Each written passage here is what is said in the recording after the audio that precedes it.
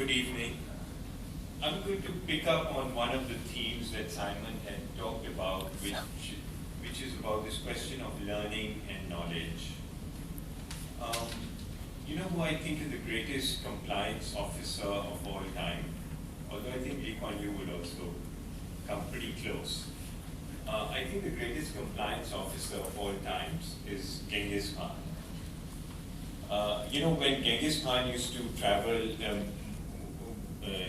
he would travel with soldiers, but also with women, camp followers, kids. And at one time he was on one of his marches, and there were about 100,000 soldiers, warriors, kids, everything. And one of his generals came to him and said that we have just received news that somebody has infiltrated the camp and they're making their way to find you so that they can kill you. So he said that's not a problem. So he gave out a command that let every person assemble according to his clan. And within 10 minutes, those 100,000 people were assembled by their clan. He had also given a second command that don't let anyone be in your clan except a clan member. So 10,000 people were assembled in a clan, and one person was left without a clan, so he was obviously dispatched with in the usual manner by being chopped to bits. Now obviously there was a very strong compliance culture because nobody wanted to upset Genghis Khan, and they followed exactly what he did, but there was also a knowledge element to this because people knew what to do. So what I'm going to try to address here in a very brief way is that if you want to become a compliance officer, what is the nature of the learning that you need? And secondly, if you are a compliance officer, what is the kind of learning that you need to impart to other people? And a lot of people get scared from compliance because they feel, you know, I never went to law school. And because I never went to law school, this is not right for me because, you know, I'm going to have to deal with lots of statutes and regulations and so on. And certainly there's a very important aspect to that, but there's a lot more to it. And in some ways, becoming an effective compliance officer and teaching other people effective compliance is easier than going to law school. I used to be a partner in one of the biggest law firms in the United States called City and Austin, and I was based in the New York office. And this was the time the internet had come up, but Wikipedia and all wasn't as prevalent as it was. And I was visiting our Chicago office. And it so happened that, I'm originally from Pakistan, it so happened that there's a guy called Bill White who was the Consul General for Pakistan at City and Austin. And he got a call from the US Customs Office in Chicago. And they said, we have an issue, and we think it might relate to Pakistan, so why don't you come down? And Bill White knew that I was in the office, so he said, why don't you accompany me and just see what's going on?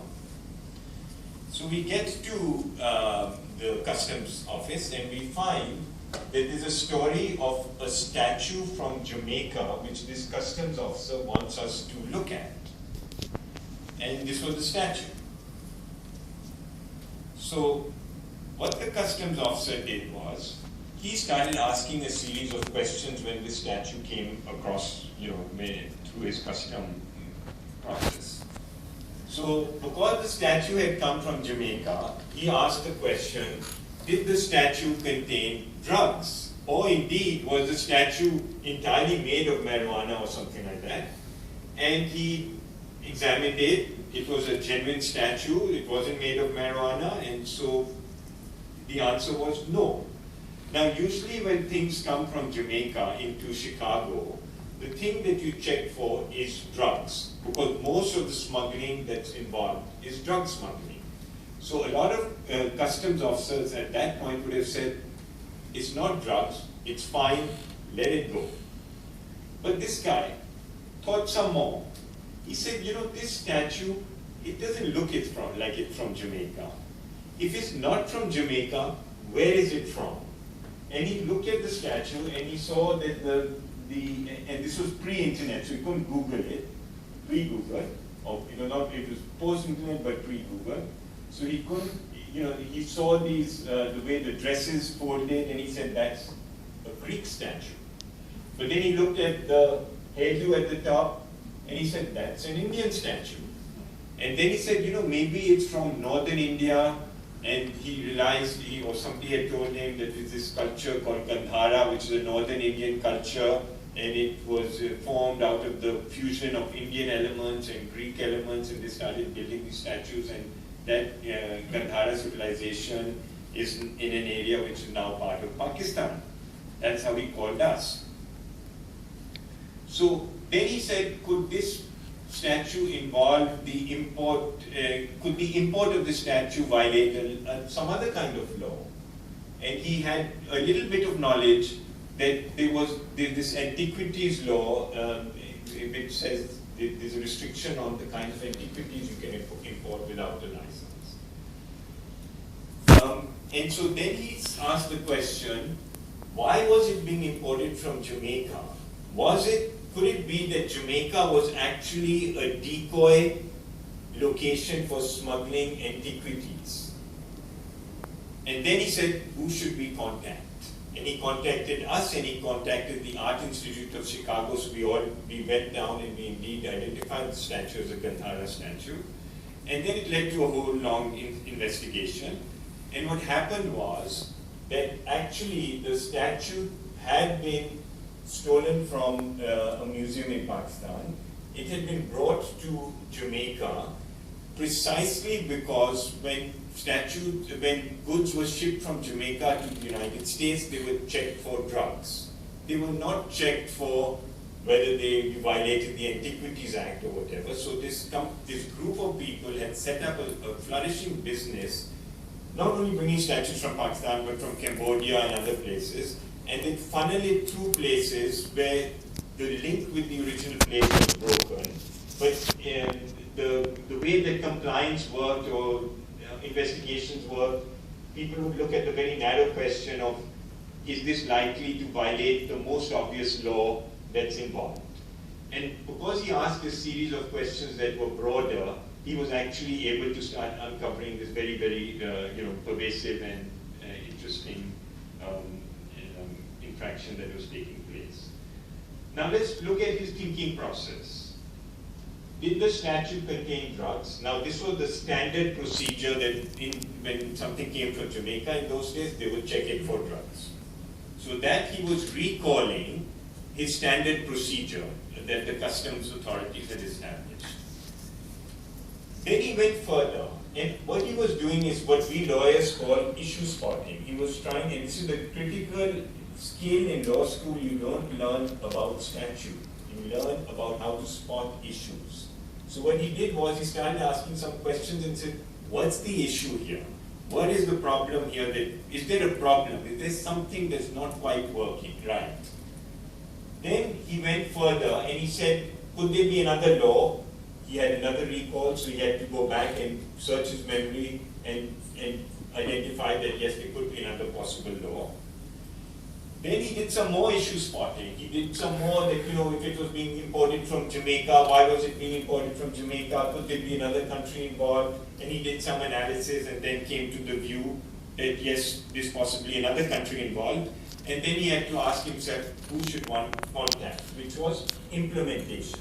How do we actually take this analysis, where the conclusion he came to was that there was actually not a drug smuggling situation here, but a antiquities violation situation, and he said, how can I act on it?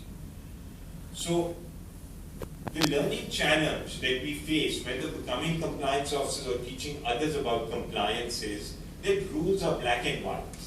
But the life that we live, this guy is coming, some statues coming, you're looking at things, it's from Jamaica, it's a mess. Today, tomorrow you're working in a bank, customers are asking you for something, your boss is asking you for something, lots of stuff is happening, contracts are being signed. So you're living in a life that is full of situation, it's rich, it's complicated and so on. And the question is really, how do you take these rules and apply them to situations?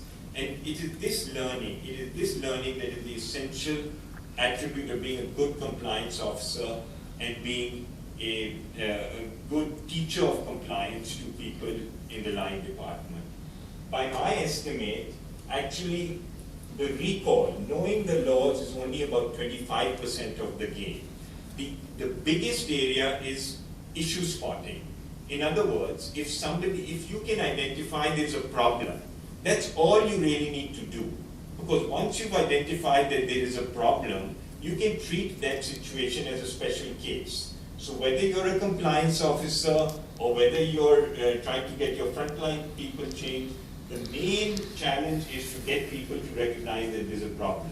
They may not know exactly what the problem is, they may not know exactly how to solve it, but once they know there's a problem in a situation, they can deal with it. And then the next is how to analyze. They have to identify what kind of problem it is, a little bit, and then finally they have to know who to go to. Because in every organization, the experts who know how to deal with any large organization, you have experts who can deal with it, or if you don't have internally, you can go to external people. So the actual work of a compliance officer from a learning perspective and from getting other people to learn is really this challenge of issue spotting. But it's much easier than remembering lots of laws and so on. So let's look at how we learn. Let us imagine that you get a new job and you have to drive to work. So in the beginning, you'd map out a route in your mind. And you'll be thinking, should I go left, should I go right, and so on. But then over time, what's going to happen is you'll develop an internal script. You'll develop a story about how you get to work, and you will just completely conform to that story, and within a week, you'll be driving to work without thinking of whether you're turning right or left. It will have become an internal script. And as long as everything is going fine, you'll just follow that script. In other words, you stop learning. You've developed a script, you're following that script. But let's say that there's one day a roadblock, or there's an accident, or there's some roadworks going on, as a result of which your script does not conform to the situation, the way you have to get to work. So what are you going to do? You're going to modify that script. You'll say, okay, instead of my taking a left here, I'll take a right, I'll go in this direction, and you'll come up with an alternative script. So you modify that script. So in other words, in almost all compliance situations, what you really have to do is acquire the basic scripts or help your colleagues to acquire the basic scripts. In other words, if you're dealing with somebody which is a trading business, let's try to understand how a trading business is set up. What are the types of situations that they'll deal with? What are the kinds of cash flows they'll have? And so on. What are the kinds of things that will be anomalous? So one is to develop the script, the basic patterns of behavior and action that your customers and the transactions you deal with involve. Secondly, what are the kinds of deviations? And then finally, the ability to modify these scripts. So once we acquire this capability, we can both become effective compliance officers as well as help others become effective compliance officers, effective compliant bank officers. How do we do this? Two key things. One is stories, and the second is periodicity. Very quickly I'll go over these and I'm done. So the importance of stories. Compliance is not about learning yourself about law summary, lists of penalties, going to experts, getting all the details.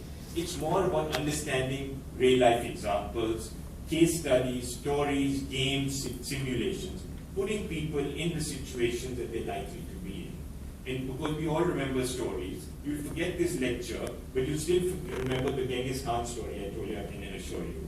So we all relate to stories, we don't relate to laws. So we need to understand the stories, the narratives within our businesses. This is what compliance is about.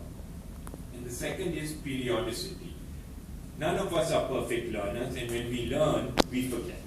So when you have what's called clustered learning, when all the learning happens at one time, you remember as a kid, when you went to exam, you crammed the last week, or at least I did, do very well in the exam, and 1 week later it's all gone, you've forgotten it, but you aced the exam. So that's what's called clustered learning. You learn very fast, and then it disappears very fast. The other is spaced learning, that if you're learning something over time, you're likely to retain it longer.